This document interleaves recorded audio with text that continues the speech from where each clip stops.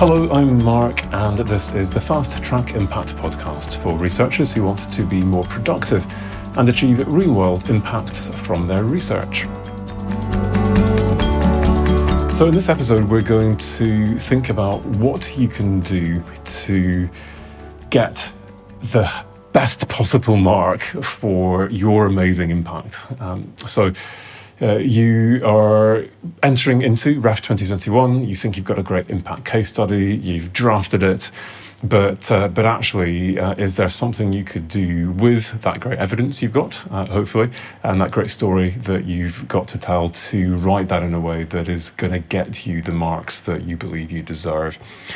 Now, the evidence that we've got in the paper that we've just read to you in the last two episodes that have gone out this week alongside this provides us with the strongest, most robust evidence that we have to date of what actually made the difference between 4-star versus low-scoring case studies in REF2014.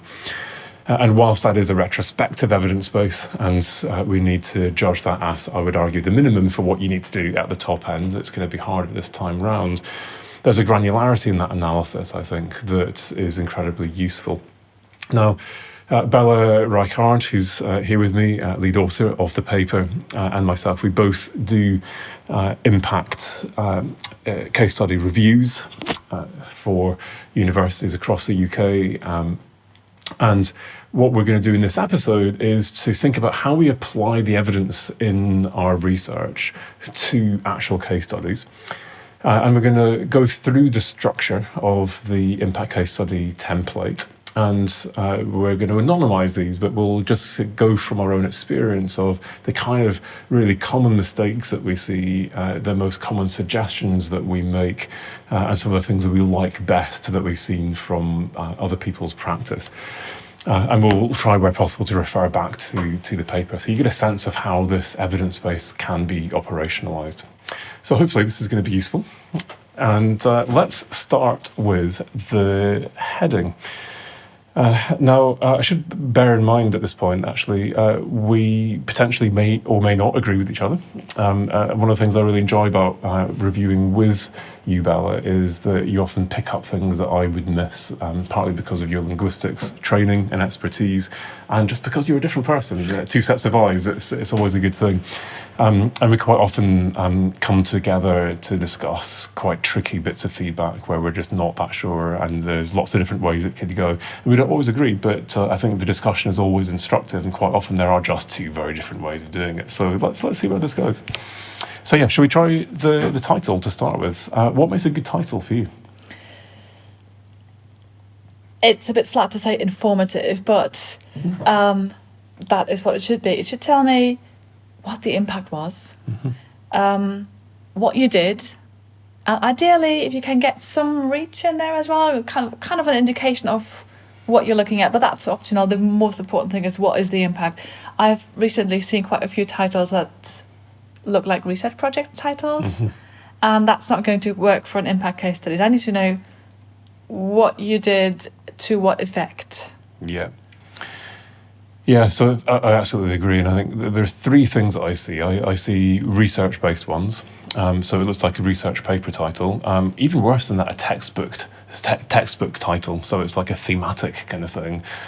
The second thing is pathway, and actually, if you've got an impact case study title that is effectively your pathway, then I'm instantly signposting the reader to the fact that this is going to be a low-scoring case study that's going to talk all about the pathway without ever telling me what the impact is, which, based on our research, is pretty much the number one reason for doing badly last time round in REF2014. So that's not an impression I want to give.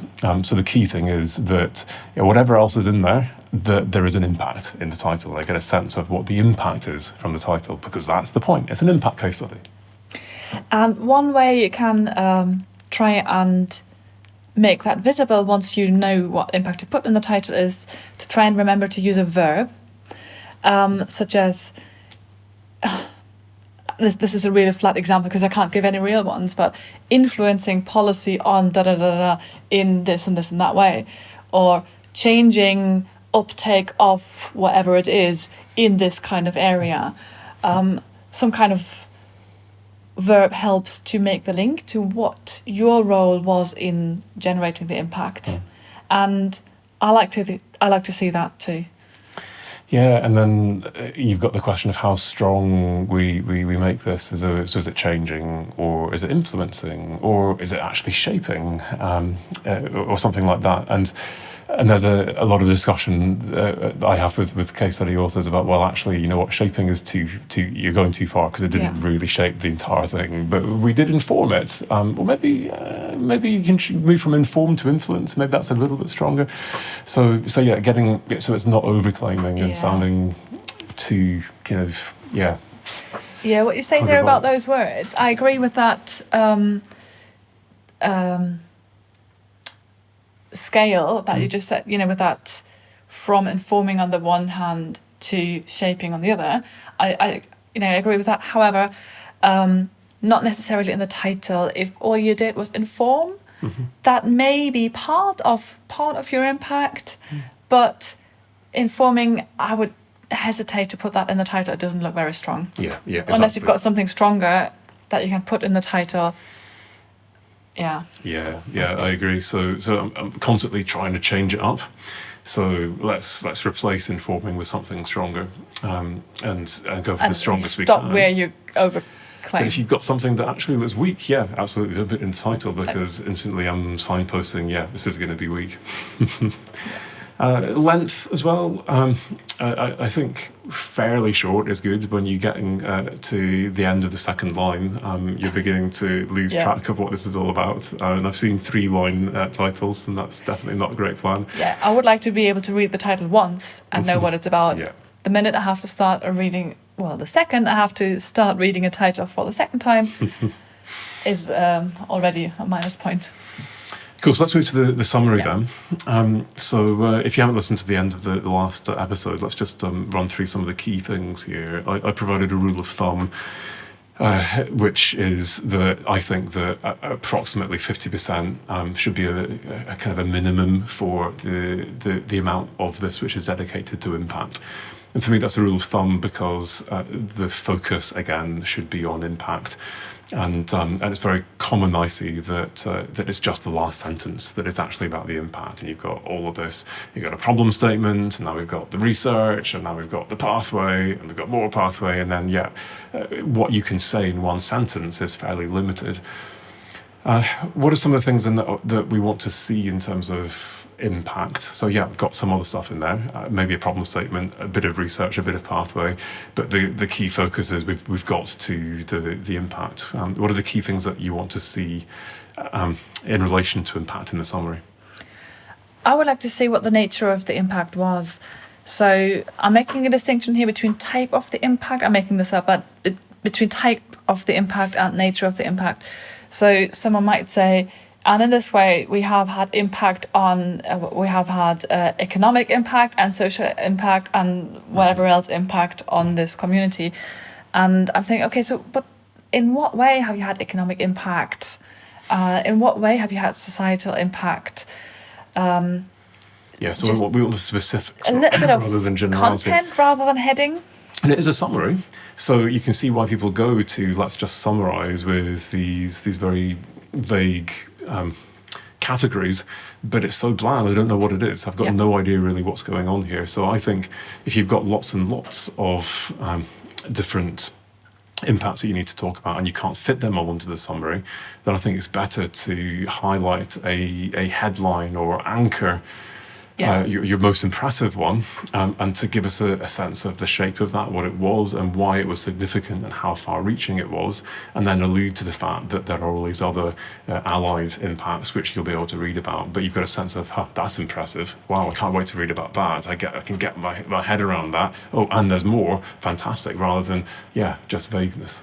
Yes, fully agree with that one. Also, one danger, if the impact is hidden in the last sentence, the next thing that happens is you have to read the underpinning research, and then the nature of the impact just kind of is difficult to keep in mind while reading the research section if the reader doesn't quite know what the impact is going to be. So I would say it is a very good idea to have what Mark just outlined, a good nature of it, and how to say, a good hook into the impact, making me curious about the impact and giving me enough to remember what I'm about to read. Yeah. While I pause that and read the research that may have led to that. Yeah, brilliant. So I think in terms of the language, I'm wanting this to be fairly clear and simple, so I'm going to be able to read this quite easily. And yeah, the full description can be a bit more technical, a bit more involved, a bit more in depth. But I want this to be quite just, I'm reading it, I'm scanning it, great, that's what this is all about. And there's something, like you say, that hook that I'm now, great, I want to go and see what this is. And I quite often find myself instantly skipping to, really? That sounds crazy. I can't believe that it's actually that impressive. And I'm instantly going and looking for the evidence and, okay, great, there's the evidence. Okay, so I am going to trust what they're saying in this. That's impressive. And then I'm going and reading the underpinning research. But yeah, it's nice when you get that kind of wow factor. Yeah, and just on the presentational issue and language issue, acronyms in section 1, I would say only if it's something like NHS. Any other acronyms that you're going to use a lot, definitely spell them out in section 1, but perhaps consider spelling them out again at the beginning of section 4 to remind the reader of what on earth you were talking about. And I find that quite often that I get to section 4, having read section 2 in between, and I think, oh, what was this again? I think you've defined it, but I don't remember. Yeah. And then I'm doing a word search for it, but if it's in paper, I can't do that, and then it's just really frustrating. Yeah. Okay, good. So let's move to the underpinning research section. So we've got an indicative maximum of 500 words. We know in REF2014 most people exceeded that a bit, but we're looking at, I think, was it 560, 530? That kind of thing. Of an average length. Yeah, for high and low, no significant difference. So yeah, on that word limit, for me, anything over 600 words is definitely too much, and I'm asking what could be cut. And for something particularly complex, I'm not going to rule out that you might have to spend more than 600 words, but for me, as soon as you're up in that range, you're potentially taking away space that you could have used in section 4, which means that you've got less room to really evidence and sell the impact. This is an eligibility check after all, so let's keep this as short as possible.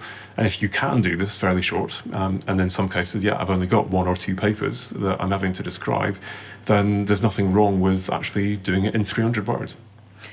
Yes. However, I would also say, because you mentioned the evidence that we have from the 2014 case studies, that was a page limit of 4. Now we have a page limit of 5. So my conclusion was slightly different. I would have said, 500 to 600 is fine. If you have to go slightly over 600, it's less of a problem than it would have been last time. True. And if you keep, because the indicative word limits are the same as last time round, but the page limit has increased. And then there's section A, which may take up to half per page, depending on how many people you have to put in. But essentially, you've got half or 3/4 of a page more to play with. If all of that goes into section 4, then yes, as Mark says, it's great. You have a lot more space to evidence your great impact, but also it kind of skews the balance a little bit. And that's not a given, but I would be less concerned with 600-word research section. I think we're probably splitting hairs in terms of the precise number, but I think the emphasis here is, strategically speaking, section 4 is where you're going to get the majority of your marks. Yes, you need to be able to corroborate it. So we'd have some stuff in section 5. Yes, I need to be able to summarise and signpost it. So I've got a great title and a summary. But ultimately, it's going to hinge on whether those great claims I've made in my summary are actually evidenced. And so for me, of those extra pages, I want to put as much of that extra space to section 4 as I can. I think strategically that's going to get you the most marks. But to be honest, most researchers struggle to get to 500 words, and I'm not going to punish anyone for it. Yeah, get down to that. So yeah, I'm not going to punish you if you've got 600. That's fine. But yeah, 700, 800. No. Yeah, that's an issue, definitely. Yeah. Can I just ask you a live question? Yeah. About a case study which actually I'm having a chat with the author about tomorrow. I'm not going to say who and where, obviously. But they were putting a lot of the pathway into the underpinning research section. And initially I thought, oh, that's a clever way. And then I found that actually they were describing the project, their pathway project that arose from the research and that they distinguished from the impact, which we would say normally, yes, great.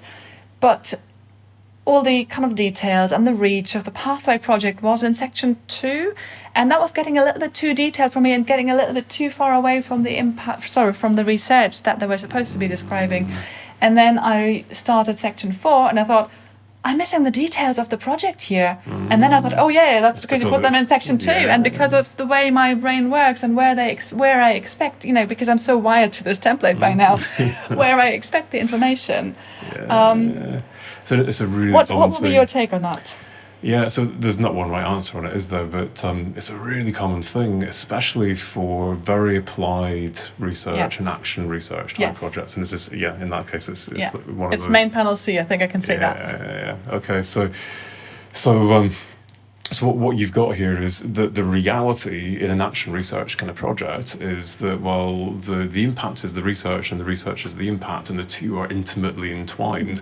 So this is kind of people power type stuff, and these people have come and they've got this agenda and they've asked you to help them with it, and you're researching as you go, and you're writing that up in terms of your research, and you discover you're writing the pathway to impact because the pathway to impact was the research, and the two are totally fused. And so for a panel like that, I think you can probably get away with it because they understand the nature of that research, but I think that it could be problematic. So there are two reasons. One is the reason that you've given, which is that you expect to see the pathway. Just the effect on the reader, which is my view. You're looking for that pathway normally at the beginning of section 4, which is where in the template it suggests that you explain what the pathway was.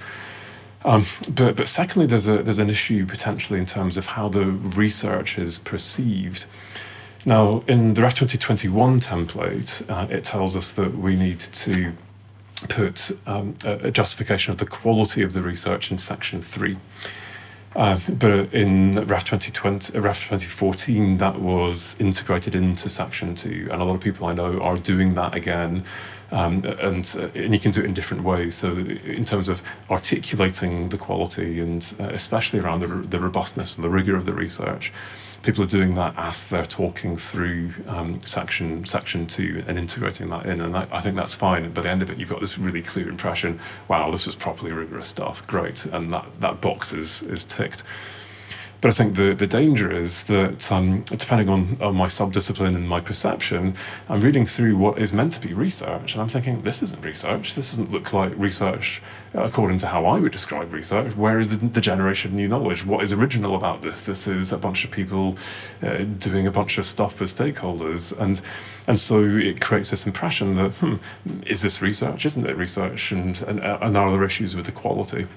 So what I recommend to action researchers is to do a very uncomfortable thing and actually divorce the research from the pathway and the impact, and create a more linear narrative, even if that wasn't quite the reality of how it worked, because you have got these aspects, and as you go back through your papers, you can pull out the things that, that is the original significant academic contribution, and I'm going to pull that aspect of the paper out and articulate that now as the research finding. And then all that other part of the paper that was about then how we developed that and used that and applied that and how it made a difference, I'm going to then pull that out and separate it and put it in as a short pathway to impact section, or I might label it as pathway to impact at the beginning of section 4, or I might have it as an unlabeled introductory section. And then there's this kind of distinction of, that's the research, those are the research findings, it's clearly 2-star or and above, and now here's the pathway and the impact. But yeah, some case study authors, you'll find out how it goes tomorrow, find that quite problematic. And you know what, ultimately, you can make an ethical decision about how strategic I want to be versus how realistic I want to be in terms of, that was the messy, complex reality of how it was, and go for it. But it may not go well. I think that's a key issue that you just said, because in the guidance, the REF panel are very clear that research and impact, that the relationship does not have to be linear. I remember highlighting this in my paper copy of the guidance. So if you are listening to this and thinking, but REF says it doesn't have to be linear, no, it doesn't. But it will help the reader if you, guide the reader through what is going on and make it look, not make it look like it was linear, but tweak the narrative, not away from reality necessarily, but to make it easier for the reader to slot that into the expectations about how research and impact may be related.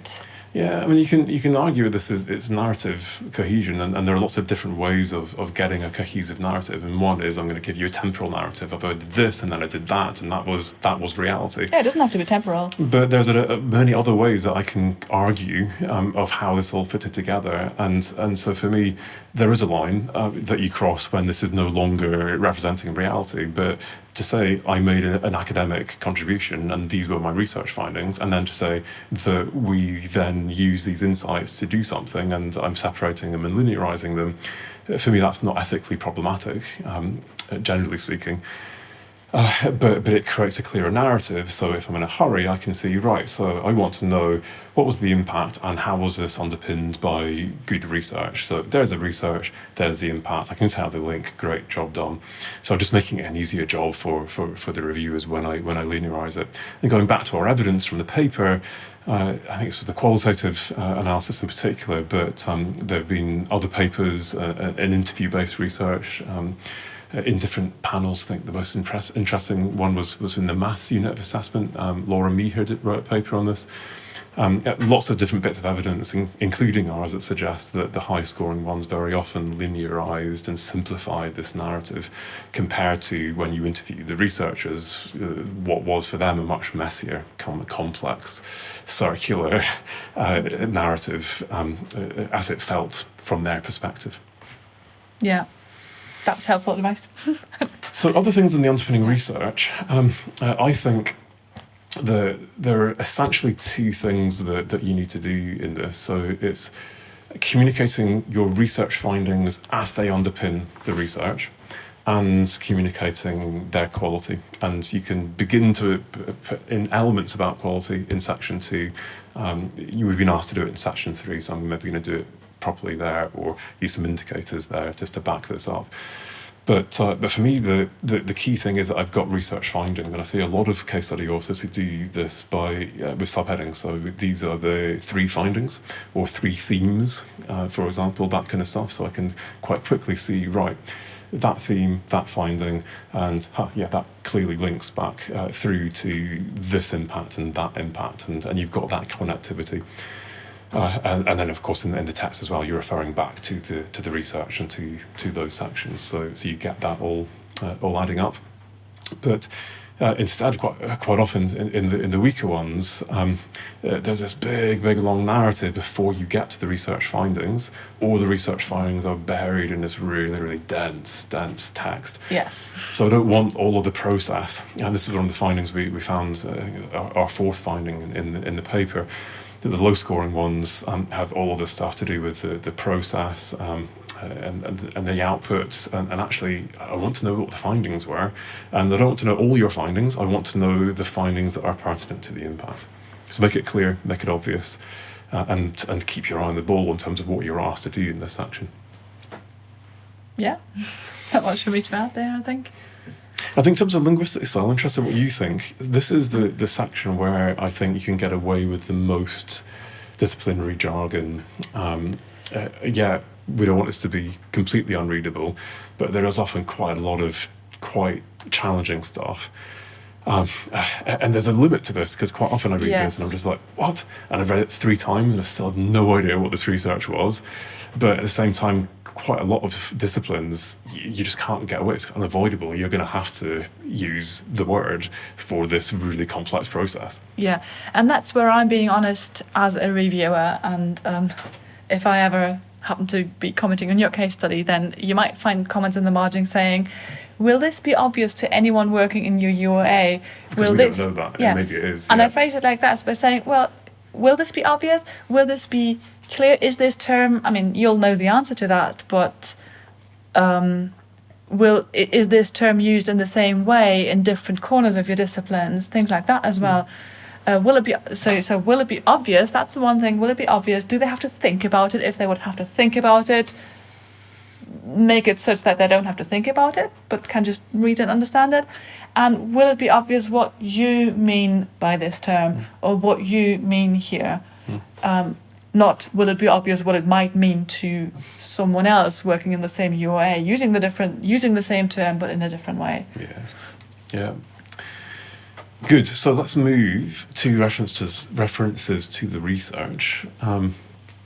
So Bella, what are your key bits of advice that you give on a regular basis on this? This was something that I think was more analysed in our thematic analysis, because this was actually extracted and removed from the that was not part of the linguistic analysis, because it doesn't really contain language choices as such, not in 2014 anyway.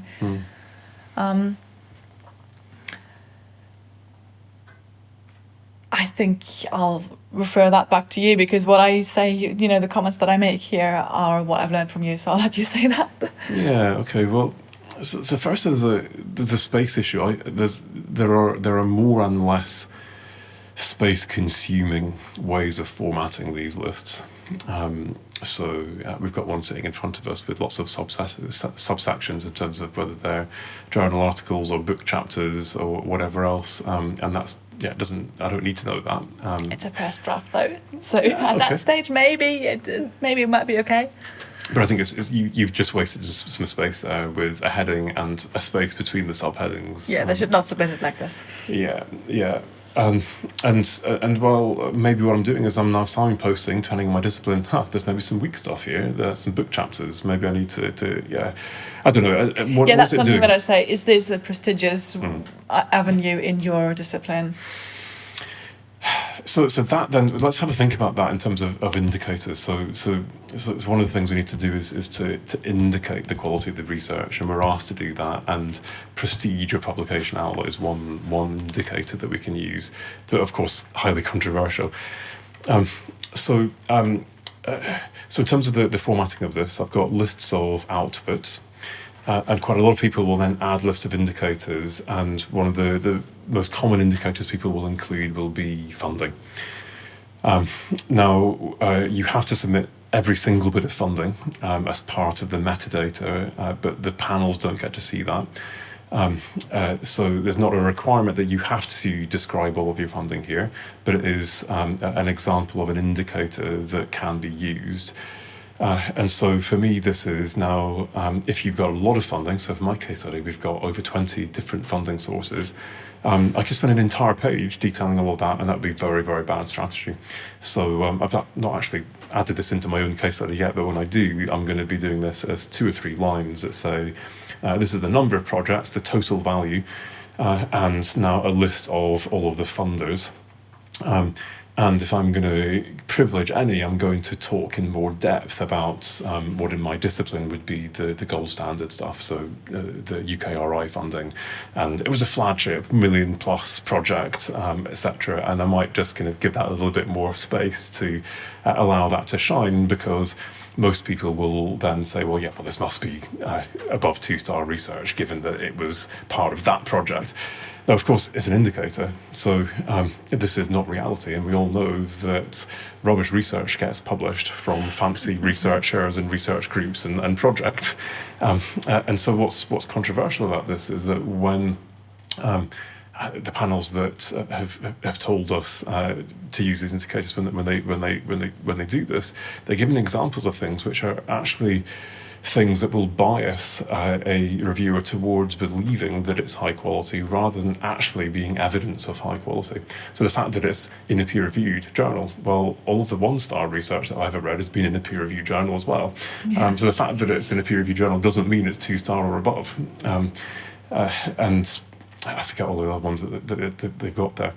So effectively, you are looking for these things that will make people feel impressed, and so then the prestige is that journal that, for my discipline, we know is the journal, or it's not just a book; it's a monograph, and it's published by that publisher. And yeah, it's not just that it's peer-reviewed. Now here is a review by this person in this outlet of my monograph, and now I'm thinking, yeah, this must be really impressive. Now, of course, it could be some completely panning review that says the opposite, which I'm not including in there. So yeah, it's potentially misleading. But so I'm asking, how can I list these indicators in a way that is going to be very space efficient? So for me, this is not per article.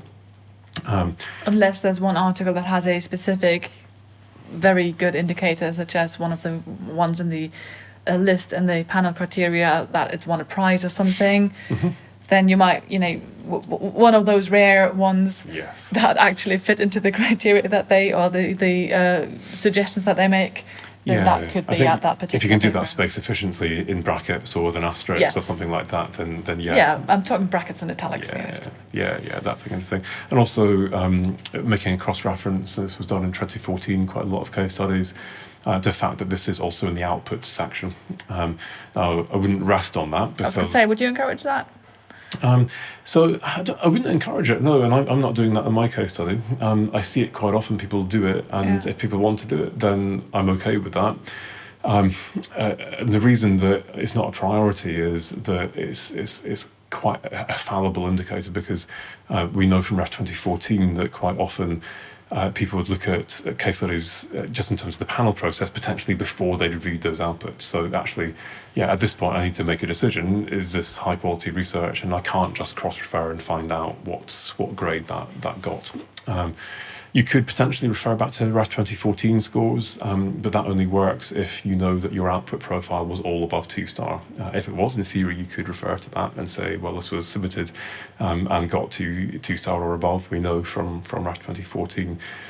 But yeah, it's one thing that you could potentially add into the mix. But what is not good, I think, is when you see a couple of lines now per article or output justifying why that is 2-star or above. That's now doubling the length of this as a section.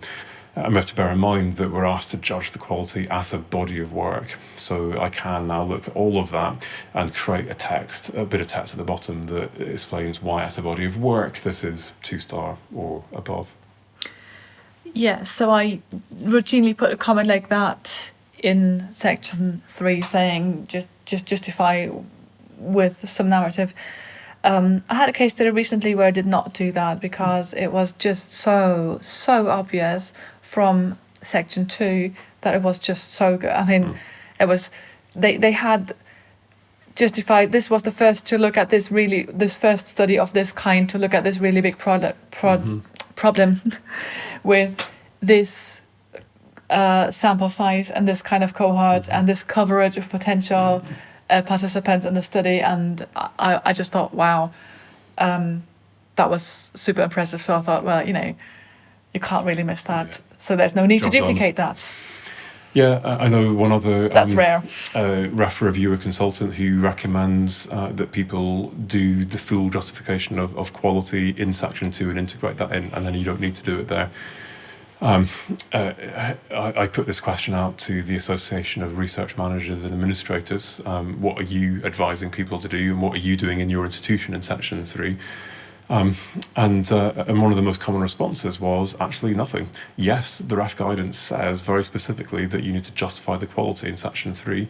We are ignoring that, and we're not including any information on that at all, because we're trying to save space. And actually, these are in journals, or they're monographs published by publishers that anyone in that discipline instantly looks at and knows this is incredible.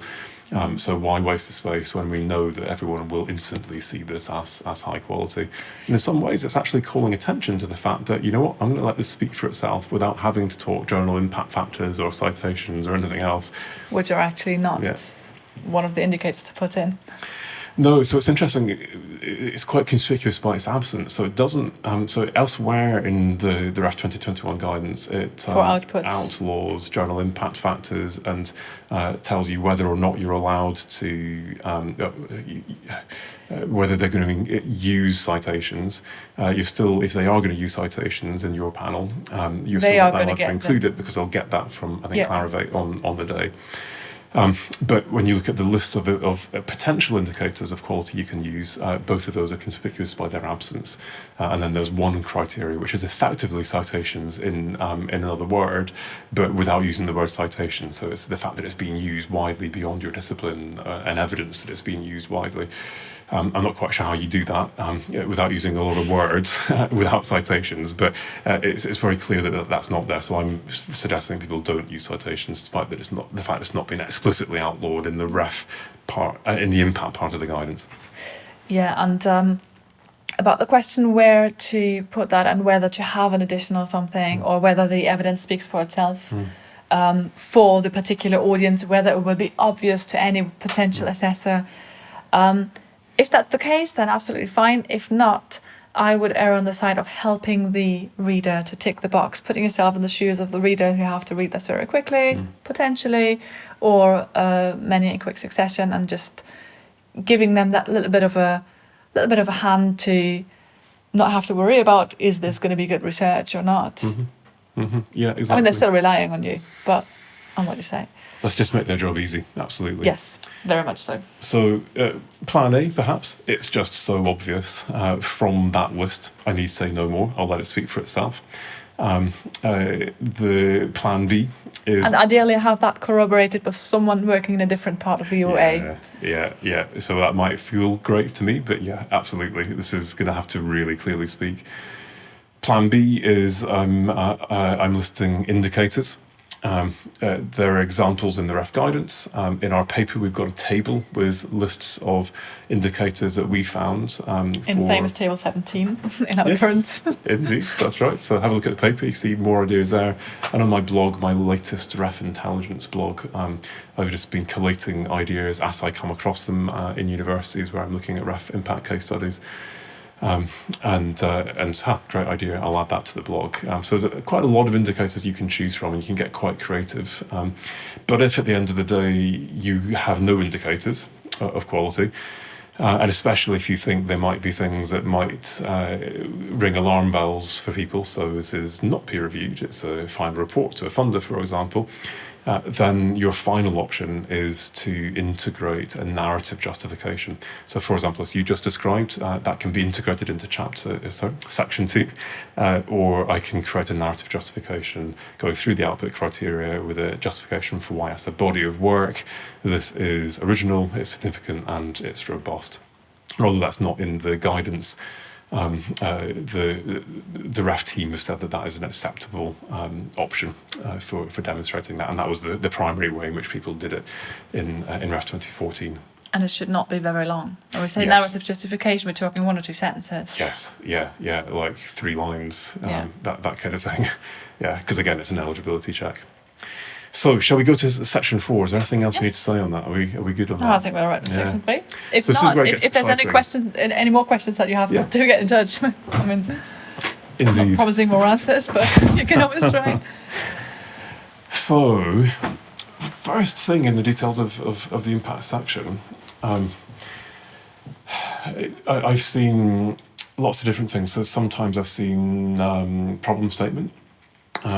So it's often first sentence of a summary and then expanded a bit more. There's maybe a short paragraph or half a paragraph just really explaining the problem. And depending on your impact, that can be quite powerful, where I'm saying, well, for my own case study, for example, it's all about peatlands. And I love peatlands. I've worked in them all my career, and it's obvious why peatlands are important to me. Tom McDaniel, impact officer in our school, reviewed my first draft of my case study. It's like, yeah, this all feels a bit marginal. I mean, it's just peatlands. I mean, why are peatlands important? And I'm like, do you not realise that they're the world's largest carbon store, and they store almost twice as much carbon as all the world's forest? And the fact that they're degraded is a key reason why we're going to miss our climate mitigation targets. And all these other things. Like, that sounds quite important. Well, why didn't you tell me that? Yeah, it wasn't that obvious, was it? So a problem statement that kind of gives that context for where someone else might say, sounds a bit marginal. Actually, no, it's not because of this. It can be quite useful. And that anecdote very much underlines that you need more pairs of eyes. Yes. It's Exactly. what we've been saying all along. Will this be obvious to anyone in your unit of assessment, even if it's, you're a supportive impact officer? Yeah, it was great. Yeah, so it's great. So yeah, Tom's been great. He's given me loads of great advice on my case study, and you might think that in theory I should know what I'm doing, but yeah, that second pair of eyes, brilliant. So problem statement is one thing you might want to go in there. The other common thing that you'll see will be a pathway to impact. So we've not got yet to the impacts per se, but there's a bit of preamble to explain how we got from the research to the impact. But here's a really big temptation, and I see lots of these which are just hugely long. So for me, a half page is already getting to, this is maybe too much. But you quite often see up to a page on this kind of preamble, and I'm just kind of waiting to get to the bit that I can mark you for, and I'm not getting there. So for me, if you have less than 2 pages, you can't spend a page on something that you can't get. Yeah, exactly. And but it's so tempting, and I think it's tempting because, well, that's what happened. That was the reality, and I spent a lot of time doing all this stuff, and it's quite impressive that we've got all that media attention, and we went to all these different policy seminars and all these different policy processes and blah blah blah. But for me, you need to ask, what is the function that pathway test is serving in terms of your scores? And for me, the key function that it is serving is attribution. So I'm going through and I'm weeding out, well, what is the narrative I need in here that makes a connection from that underpinning research to these impacts, and all the other stuff is spurious detail, and I'm fairly hard-nosed on pulling that out. That can happen not just at the beginning, but it can happen anywhere in the case in section 4. So maybe even at the end of the second last paragraph, you might throw in that you have given a keynote at this conference. And I'm thinking, ouch, for 2 reasons. Even though this may have been one of the highlights of your year, I feel really proud of this. That's so painful. Congratulations! I'm very, very happy for you. However, this could be academic impact, if anything, and B, well, then what happened next? If it was a pathway, then I want to know, did anyone listen and do something? Did anything change as a result, or not change? I'm going to say change, I include non-change, but just because you went and did this doesn't tell me that much. Yeah, I mean, your worst case scenario, and this is really devastating, is where you get case studies where you're reading through the pathway, and there's more pathway, and then there's more pathway, and then eventually it's ended, and we never got to the impact. and at that point, you've got something which is 1 star at best, unclassifiable at worst, in terms of there is no impact here. There's nothing to see, guys. However, at this stage, it's January now, or maybe February by the time you listen to this. There may be still something that you can do about this. Yeah. And hopefully the impact is there, but you are not quite sure which part of it needs to be in the case study. So what we then sometimes do, or what you can do, is to ask the question, okay, so what happened next? What happened then? What happened then? How did that change? Who heard that? Who then did something about this? And what I've seen once or twice now is that There are answers sometimes. that there are answers that people were maybe not confident to include because they were being super, super careful of over-claiming. So, But now you've got the claim, let's go see if we can evidence it. Absolutely. If it can be attributed, if you can make the link to your research, go for it.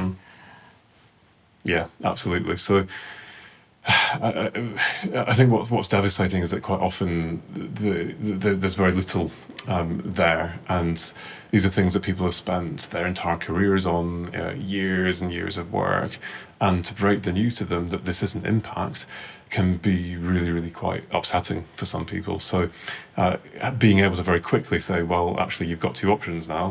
One is you need to go and look to find out what happened next and do some evaluation. Or, great, you've got this fantastic platform because of all this fantastic engagement you've done. What you now need to do is to build on this Generate to actually impact. make something happen. And this is how long you've got left. So That's the second option is getting increasingly more difficult, isn't it? Exactly. So yesterday I was with some of my colleagues, and we're up against it. We've got until 31st of July, and we're looking for some economic figures in here in the tens of millions benchmarking this so that we're in the clear 4 CSAR category in my unit assessment for an economic impact, and we've got a £10 million potential on the table, but we've got to get that all signed, delivered by 31st of July for this to be eligible. And if it happens after that, so we're just bending all what we've got. And I've just been very open with everyone to say, well, look, the university is helping to fund this and they're allowing me to spend time with you making this happen. But there is some payback here, which is that the university wants to claim this. And that's why we're trying to do this a bit fast. And everyone's been like, yeah, cool. We all have different deadlines for different reasons. And if that's a deadline that's important to you, we'll see what we can do. So it's surprising. I'm not going to say it's never too late because it will be too late this summer. But at the moment, it still might not be too late. You still might be able to bring something back from the brink. Yeah. I just had a thought when you said that it can be a little bit tricky to be told that this is not actually impact and that maybe this doesn't quite work. I had a case recently where of a continuing case studies. That's a whole different beast, of course. But I had this case where in the first draft that I gave feedback on, or in my first feedback round, I said, look, this is outside of the eligibility period. This is back in 2010. What you're doing with this? I said it nicely, I hope. Yes. And then they came back to me and said, well, yeah, the guideline was put in place in 2010 and it cites my research. And I'm thinking, yes, great, link established. And I've got in touch with the relevant authorities and they have confirmed that this guideline is still in place and operational. And therefore, I think it's a continuing impact. And I said, well, probably is, but you're not claiming anything beyond having shaped the policy. You're not saying anything about what effect the policy has had since the start of the current eligibility period. And that's where the focus needs to be. That's where it falls down for me. So I said, something that, great, that you have shaped policy back when, that is still in place, fabulous. But the claim is the shaping the policy. It's not, in that particular case, it's not anything that has happened since. So in that case, what I'm doing is I'm saying, right, so that's not the impact, that's the pathway.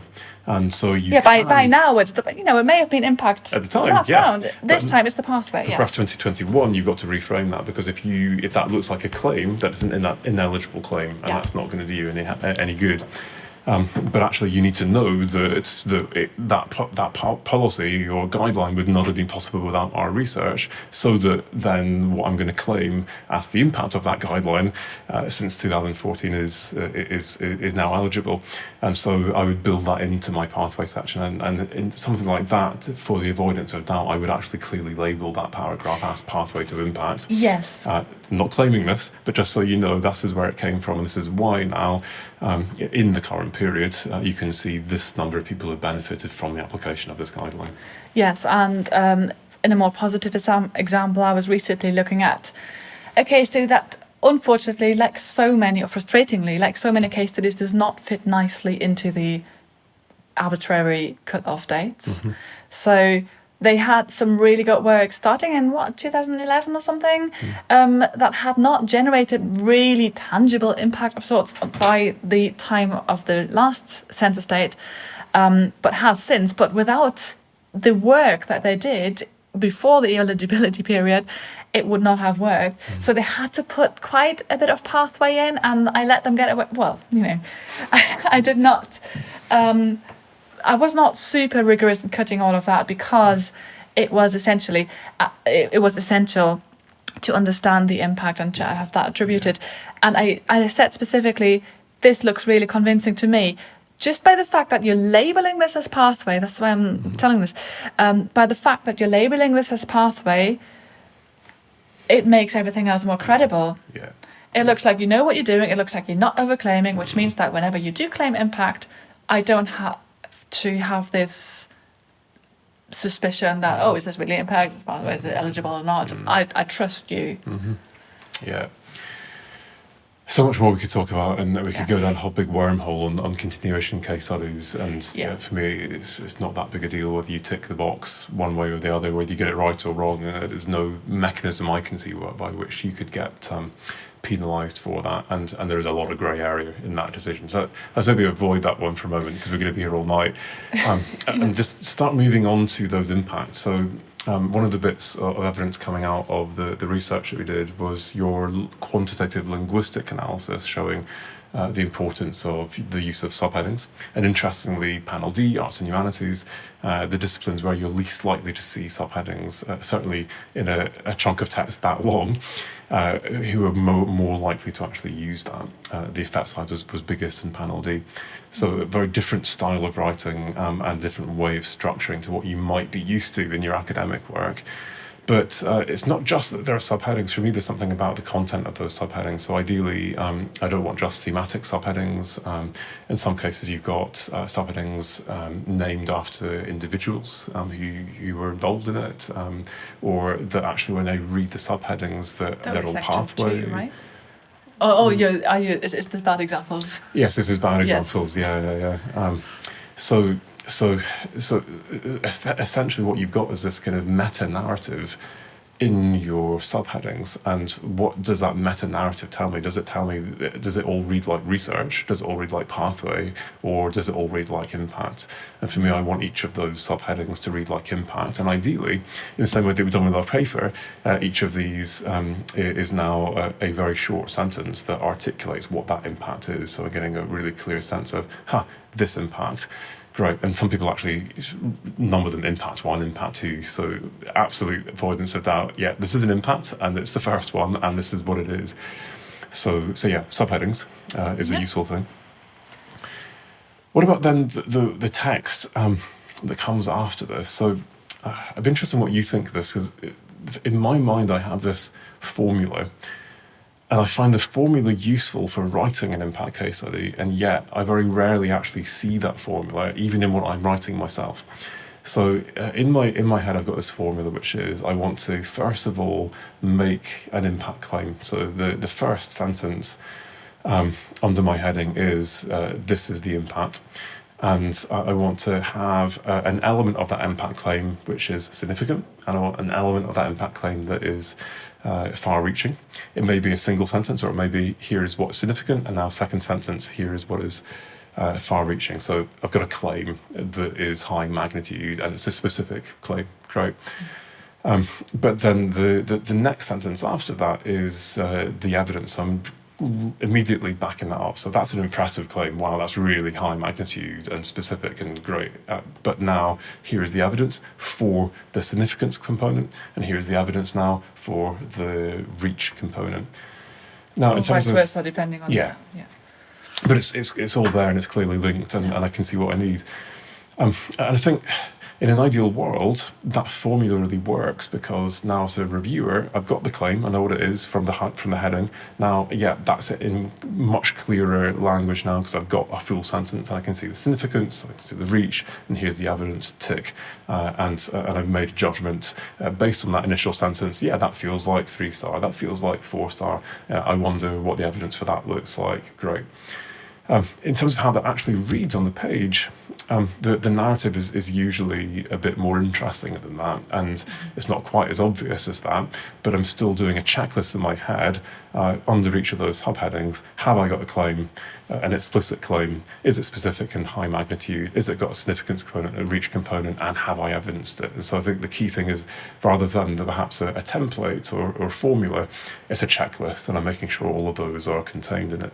Yeah, the bit of the checklist more resonates with me, to be honest, because I rarely see paragraphs that conform to that. No, you're right.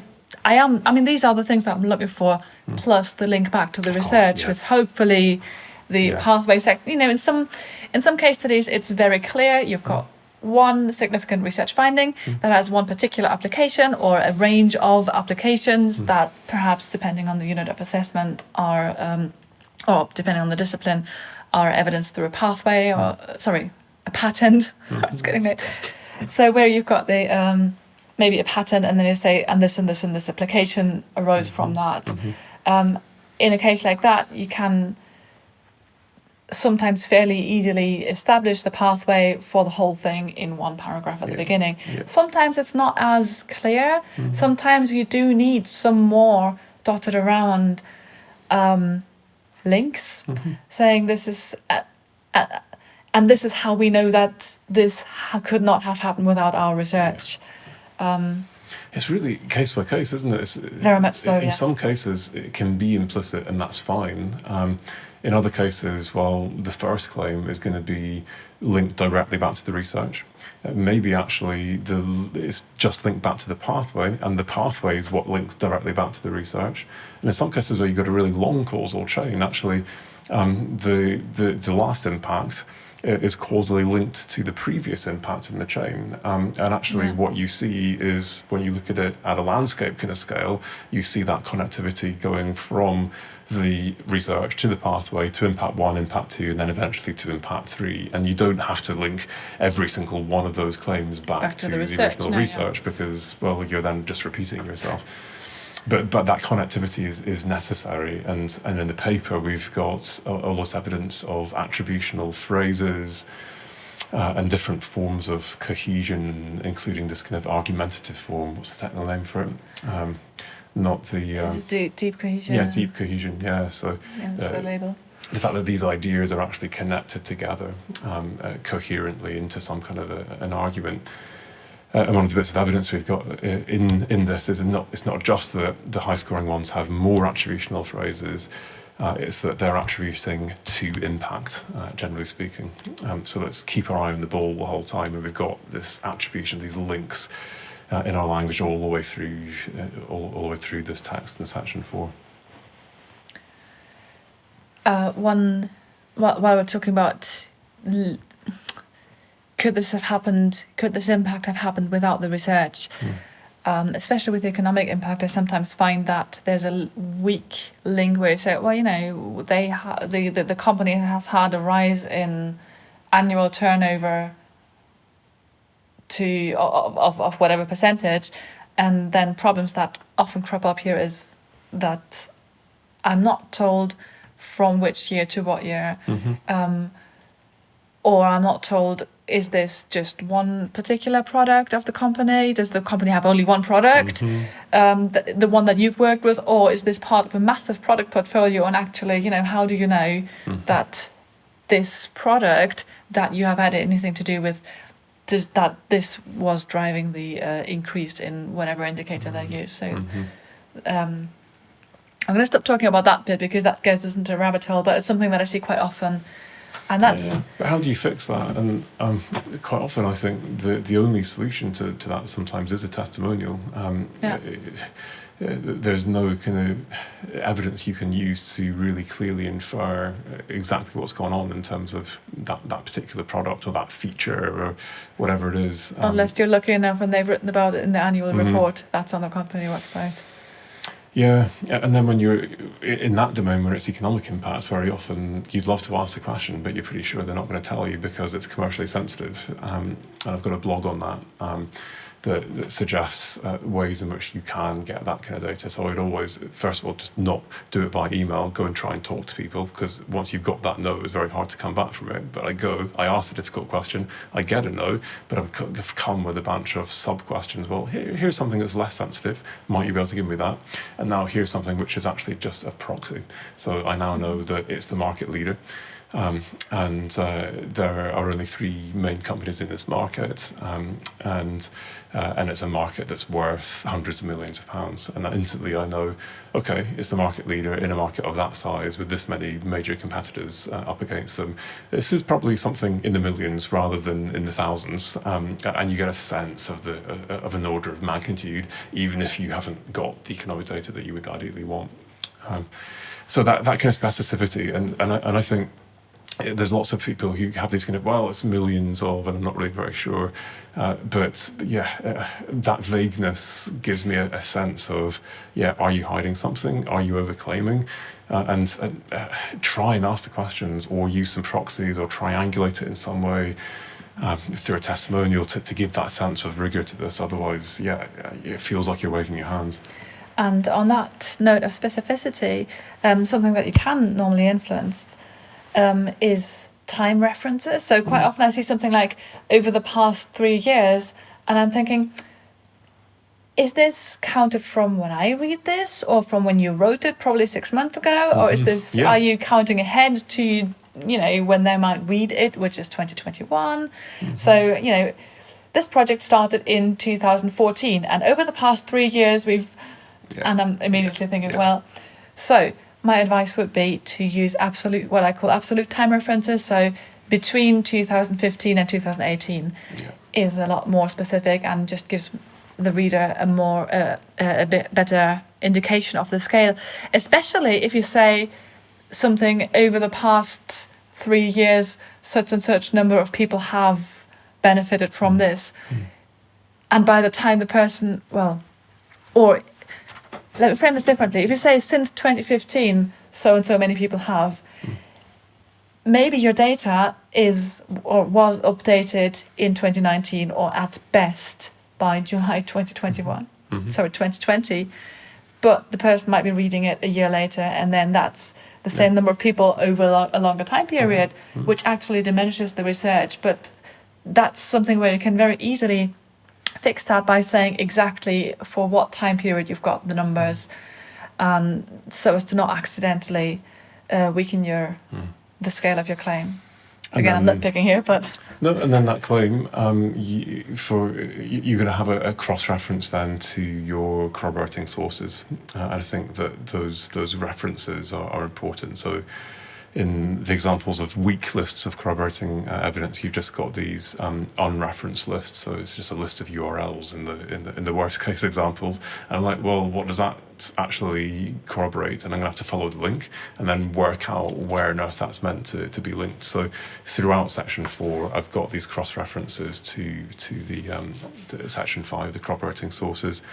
And I'm not wasting those corroborating sources on pathways to impact, and pretty much 80-90% of the case studies I look at, you go to section 5, and the majority of the sources are evidence that there was a pathway, and there's nothing wrong with that, but it's a waste when you could be using that to actually corroborate an impact, which is what we're being asked to do. Which leads me to, I think, maybe the last topic of conversation on section 4, which is evidence. Even the best case studies that I've seen over the last year, there's always something that I think, but you could just edge that evidence a little bit forward. You could do something a bit more impressive there. You could back that up. You could triangulate it, whatever. And let's bear in mind that whilst the impact has to have happened up until 31st of July, we've got until the end of the year to actually present the evidence for that. So we can continue with that evidence collection process. And you can refer back to my paper on this, which I read on the podcast at the end of last year if you want a bit more on this. But it's surprising when you get your researcher head on and start asking yourself the question, as a researcher, how would I go about collecting this? Add in a few extra helpings of common sense, and yeah, I could ask that kind of person, and that's what I would count. And well, we're going to do a survey now. One of the most common ones that I see, which is a gift, is continuing professional development or training. And loads of researchers will do training within companies of professionals or whatever as part of their pathway to impact. And if GDPR compliant, they can go back to those people. Then there's a very easy questionnaire that I can do with a tick at the bottom. Would you be willing to be contacted? Great. I can maybe go and do some telephone interviews with a few of those people. And now these people have gone all over the world.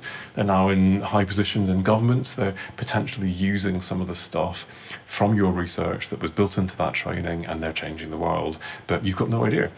Who knows? So it would be quite exciting when you go out and you start collecting that data.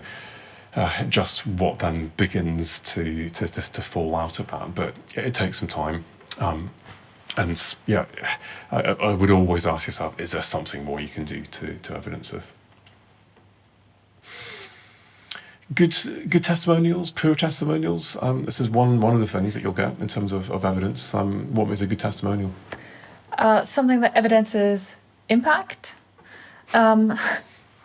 It sounds repetitive, doesn't it? But rather than the pathway, so Prof Reed came and spent all this time training our researchers, our R&D team, and helped us with this and helped us with that. And at no point have you actually ever said what the benefit was. Well, great, you've evidenced your pathway, but if you just go that one step further and tell me what the impact was, that would have a little bit more value.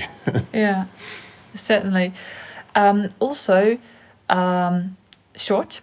Mm-hmm. Testimonial quotations in the text should be short, ideally maybe a sentence, maybe even less, maybe 2 or 3 sentences, but anything longer than that distracts from your own narrative. And actually, the shorter not necessarily, but if you've got a short, punchy testimonial, that sounds very credible quite often. Mm-hmm. So I think a lot of you will be familiar with my approach to this, where I do an interview. I was in Madrid a few weeks ago, but before Christmas, and I managed to pin down someone from DEFRA that I'd been trying to interview for over a year. I've had so many missed opportunities, and then all of a sudden I bumped into her queuing up for coffee, and great, might I be able to do that interview with you? And she was like, well, I'm now chief negotiator for UK government on whatever it is. So yeah, I've got loads of stuff on, but I have breakfast here at 8:00 before I go into my negotiators meeting at 8:30. See you here at 8 o'clock tomorrow morning. And so we in the end it was quite clear she didn't want to talk work while she was eating. So at the end, I got 10 minutes to do my interview, but in my 10 minutes, I managed to get it. So now I transcribed that. I gave her a consent form at the time that she signed. I came prepared. I was looking for a few people. And I then sent her the transcript, and I excerpted, but also did a little bit of rewording there where what she said was quite long-winded. Once it was transcribed, it wasn't grammatically very clever. And so this was a kind of a cleaned up and shortened, this was the key thing that you said. And you can see how this is based on what you said. So I didn't make this up. Yeah, great.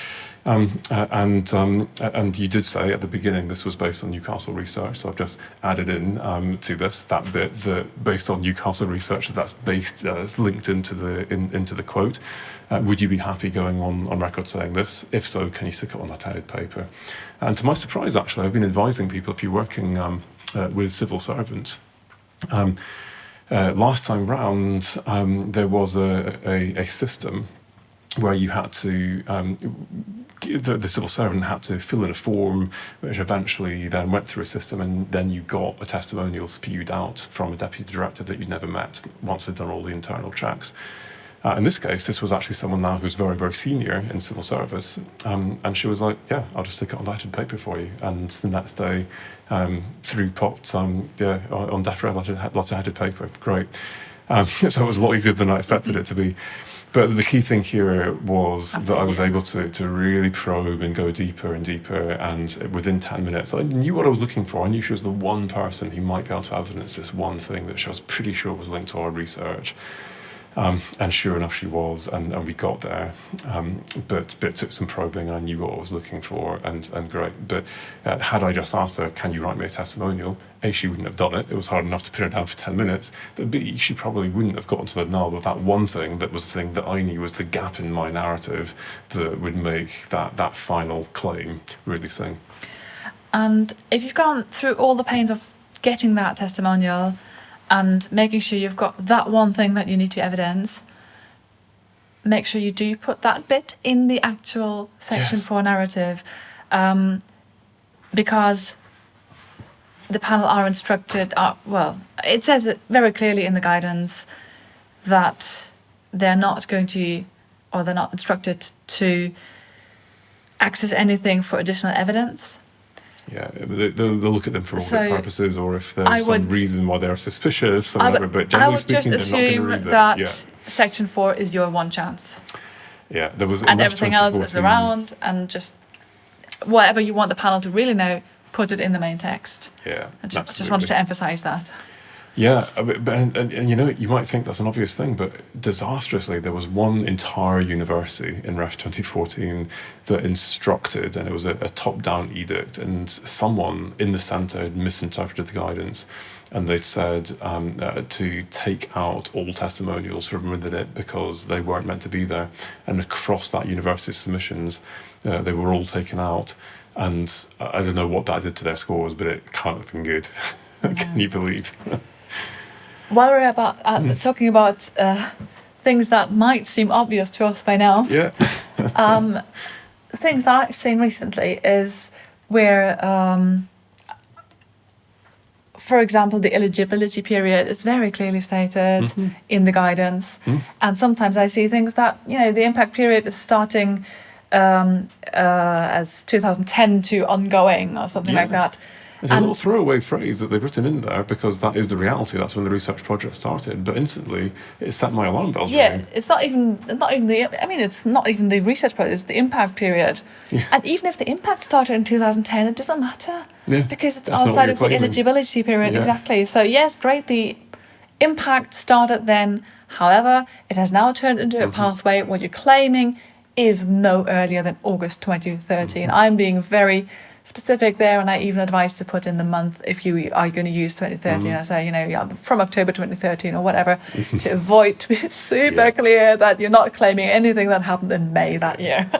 Maybe a bit over the top, but that's... And if there are doubts on that, I actually integrate that into the testimonials as well. So in my 2014 case study, I moved 18 months before the census date, and we'd done new underpinning research. We'd got impact from that new underpinning research, so I had something that was going to be eligible for Birmingham City.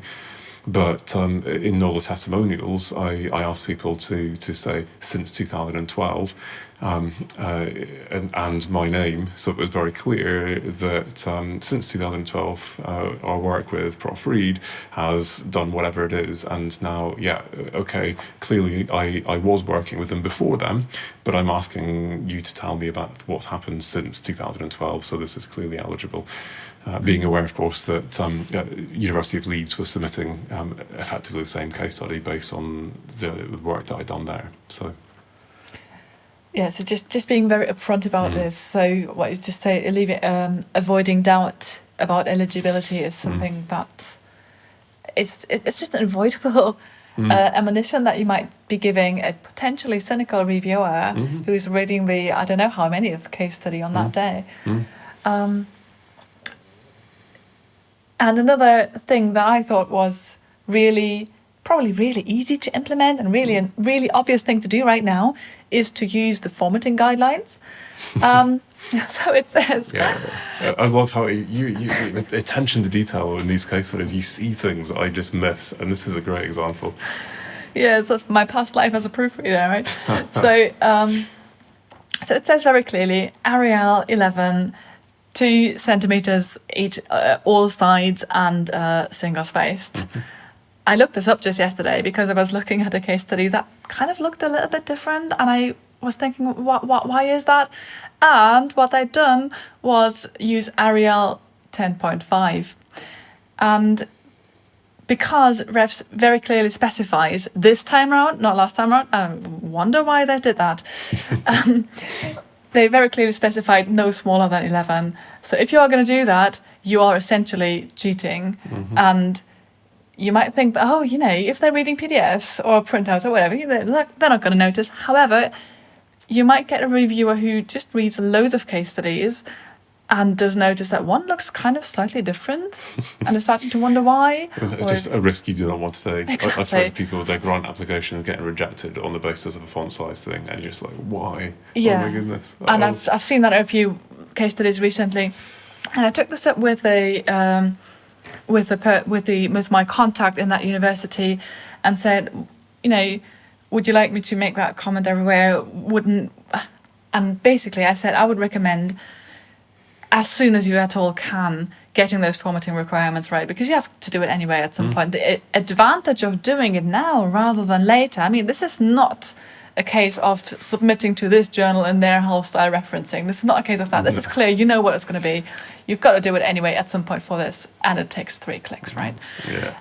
The reason why it's important to do that now is that the page limit is the real limit. I think we started this conversation, or fairly early on, we talked about word limits. And the word limits are indicative. You can really play with them within, within the guidelines of which parts matter more than others. But the real limit is the 5 pages. And until you formatted it in the way that is required, you don't know what your limit is. You don't see how much space you may have left. And for some, that might not be an issue. If you've got currently 4 pages, then yeah, whatever, no problem. But if you've currently got 5 and a bit pages, you want to get that right to know how much you may have to cut. Or if your case study is currently formatted in 1.5 space, then again, you might want to put in some more. Yeah. But you've got to notice that first. Yeah. I am suspicious when I see very, very short case studies, and maybe I shouldn't be, because in theory, you could potentially have a 4-star case study and it's just very concise. But on a psychological level, when there's loads of blank space and you haven't used all the pages, I'm thinking that this is going to be thin on the ground. Yeah, same here. I want you to get on the 5th page. Yeah, I wonder why that is. Is that just subconscious bias on our part, or is that a real thing? You could probably analyse it, couldn't you? Just look at the word lengths of high versus low in total. We could do that with our data set if we I've done that. I mean, for the whole... Yeah, definitely shorter. Is it? I haven't done the stats, or don't have... But no, clearly. Okay, there you go. Yeah. The gut feeling works. Shorter. And that's the lesson. We're coming to the end now, and this is a combination of evidence and just that kind of experience that you have from having read loads and loads of these things. And of course, evidence is fallible. Even more so, our experience is fallible. These are just our opinions. So use them with care. And as you'll have heard, if you listen to the paper, there's a bunch of limitations to the paper. So use our evidence with care as well. It's very easy to overgeneralise, and impacts can be so unique, and the disciplinary context is again so unique. And you don't know who the people are, and they're going to be different people. So we only know that's not going to be us. Yeah, exactly. Thank God for that. So we've talked a little bit about corroborating sources. The key thing is that they're specific. They're not really vague. They're linked to the claims. I like there to be something quite specific. So here's a policy document, and I'm saying, and our research is cited on page 5 to justify this particular policy instrument or something along those lines. So you don't need a lot of text, but something along those lines, so that I'm not thinking, actually that's page 5. Maybe this is just in the general introductory preamble background kind of thing. There was one case study group, actually. There were 2 case studies in this set, which were policy impacts, and they both 2 separate case studies had said we've got policy citations. I don't know why I was so suspicious, but I actually looked at the policy and went through, and I did a keyword search to find out where the citations were. And in both cases, they were in the introductory preamble and they were in lists with lots of other references to say, yeah, generally speaking, this is what happens, and there was no actual link to the policy. In one case, in fact, I heard a second hand from another person advising someone that that they did a similar search and found that it was in that introductory preamble, and they were basically saying that that research was rubbish and they weren't going to be doing anything to do with that, and this policy was based on other research, and they were using that as citation, but it was cited. Oh. Yeah. So yeah, maybe you might think you'll get away with that, but you never know if they might actually read it and be suspicious, and yeah. So yeah, anything else on corroborating sources, or are we pretty much there? I think we're getting there, yeah. Yeah, so final take-home messages, kind of just that stand back from all of this. Here's one final kind of take-home message in this. Well, who writes this? Does someone like you write this? And I know that you do actually offer services where you really help people write stuff pretty much from scratch, and you can do that off at the back of an interview or whatever else. I mean, that's one approach. It's not the approach I would recommend. I think having a researcher doing a first draft, having that ownership over it is important, but you're going to need some really significant editing help. And that needs to not just be a writer. This is expert editing help, because if you look at the kind of very unique genre that emerged in REF2014 that the high-scoring case studies had in common, you need someone who's got that experience of just reading and reading and reading, typically an impact officer in your institution, who is able to say, yeah, that's the kind of language and this is why it needs to be simpler, it needs to be more direct, and could you just take it that one step further or not? But at the same time, I think as a researcher, you need to have that ownership where when someone says, but couldn't you just say that one extra thing? Well, actually, I can't because it didn't happen. And no, that is an exaggeration. And I think you do need to draw that moral line sometimes. Yeah. So it's getting late. And we've been going on for a very long time now. I said we could go on for ages. Where do you go from here? Well, hopefully you go to reading our paper, and that gives you even more evidence to up your game and really get the most from the impact that you've got and get the credit where that credit is due. Go to your impact officer. Well, some universities, it's a central team. In some cases, a central person who may be very overworked. Yes. But these are people with unique expertise. So go and get that help. Get help from them.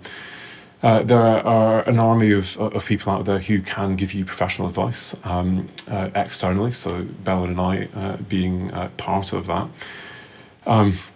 I won't speak for Bella in terms of what she does. I'll tell you what I don't do, which is I don't do case study reviews. I did do that, but yeah, life got a bit too busy, so that's not something that I have time to do these days. But I do REF trainings, a couple of types. One is a full day training with a face-to-face afternoon session, which is a case study surgery, and we're looking in depth at case studies and answering specific questions in relation to specific case studies, but all based on the evidence which we go through in the first part. And then the other is my REF webinar. So this is, I think it's 3 hours going through the evidence that is in this paper and other stuff, and then again just taking those case studies and the specific issues you've got. As many people as you want can come. They're not all going to get their questions answered, and you have to be quite targeted in what you ask and prioritise. But my experience is because it's a shared group session, a lot of the answers for one person are very useful for other people in the group as well, and it can make a really big difference. Tell us more about the kind of stuff that you're doing at the moment, Belle. So I'm doing reviews of case study drafts. That typically takes the form of someone sends me something and I read the case study from a reader perspective. You've heard me talk about the reader quite a lot. Mm-hmm. So I will, apply everything that we've said and more to your case study. Comment on the title, comment on all the sections, comment on what's pathway, what's impact, unless you've clearly labelled that. make some suggestions for reformulating, restructuring some sections, those kinds of things. Sometimes I make suggestions for wordings if I get the feeling that the case study is fairly advanced and it's not going to all change anyway. And occasionally when I spot an opportunity to do something what Mark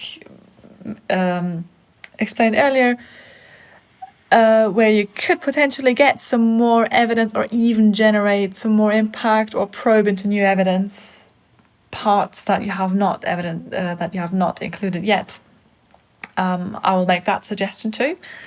When I started off doing this back in the summer 2019, there was more of that.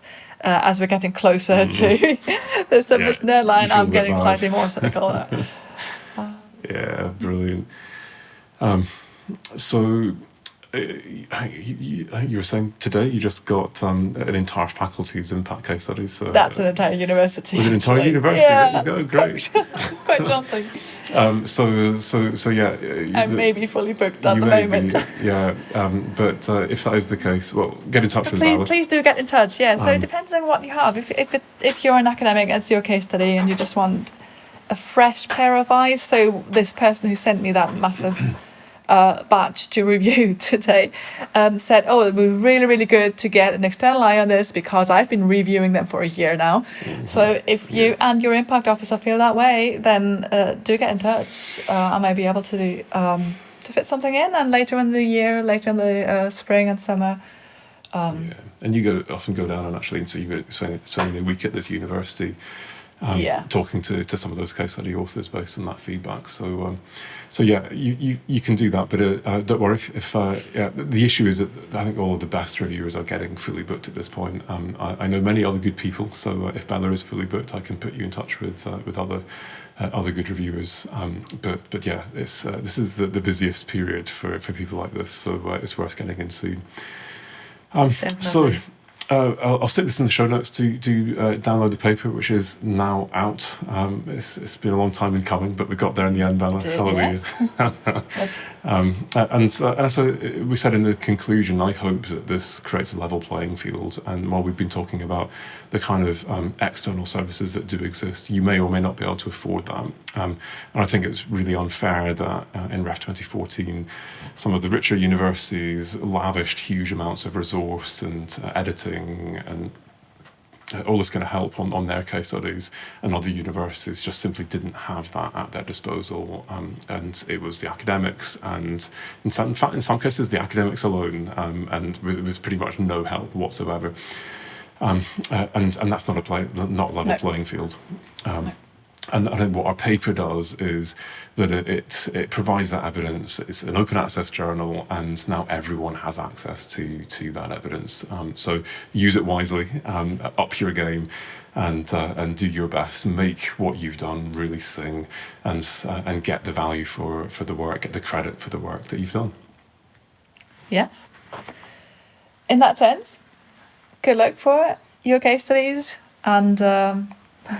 Indeed, good luck with your party planning. As the year has. I wasn't quite sure what to say when I was thinking of that. Lots of discussion of post-draft parties. We're a long way off yet. It probably doesn't feel like it yet, but you know what? Yeah, this is something to celebrate. I love reading a great case study, congratulating a case study author. There's this celebratory tone, and I hope that as we get these polished, there's going to be that sense of satisfaction that you sit there and think, yeah, no way, we did that. Wow. And be proud of that. Yes. And I like reading case studies. I like reading about loads of different research, and sometimes I sit and think, wow, this is fascinating. I have no idea how this kind of thing works, and someone is reading it and someone is enlightened by your work. Brilliant. So write it well, communicate it well, and you get to inspire the world, because this is public access. So great. Enjoy, put this into practice, and stay in touch. Yeah, get in touch.